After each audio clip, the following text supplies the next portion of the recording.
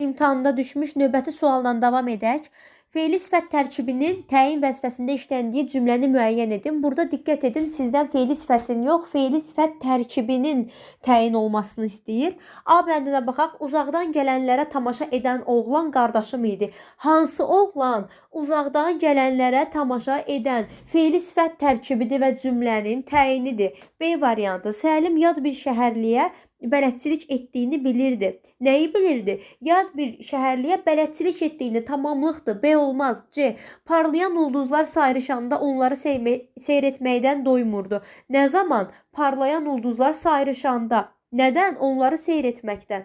Uşaqlar, burada ümumiyyətlə təyin vəzifəsində olan fe'li sifət yoxdur. D. Təyin olunmuş vaxtda imtahan başladı. Nə zaman? Təyin olunmuş vaxtda. Burada da fe'li sifət tərkibinin təyin olduğunu görmürük. Başına döndüyüm gül üzlü sona. Hansı sona? Başına döndüyüm. Lakin başına dönmək frazeoloji birləşmə olduğuna görə yenə də E bəndini biz fe'li sifət tərkibi kimi dəyərləndirmirik. Beləliklə doğru cavab A bəndi.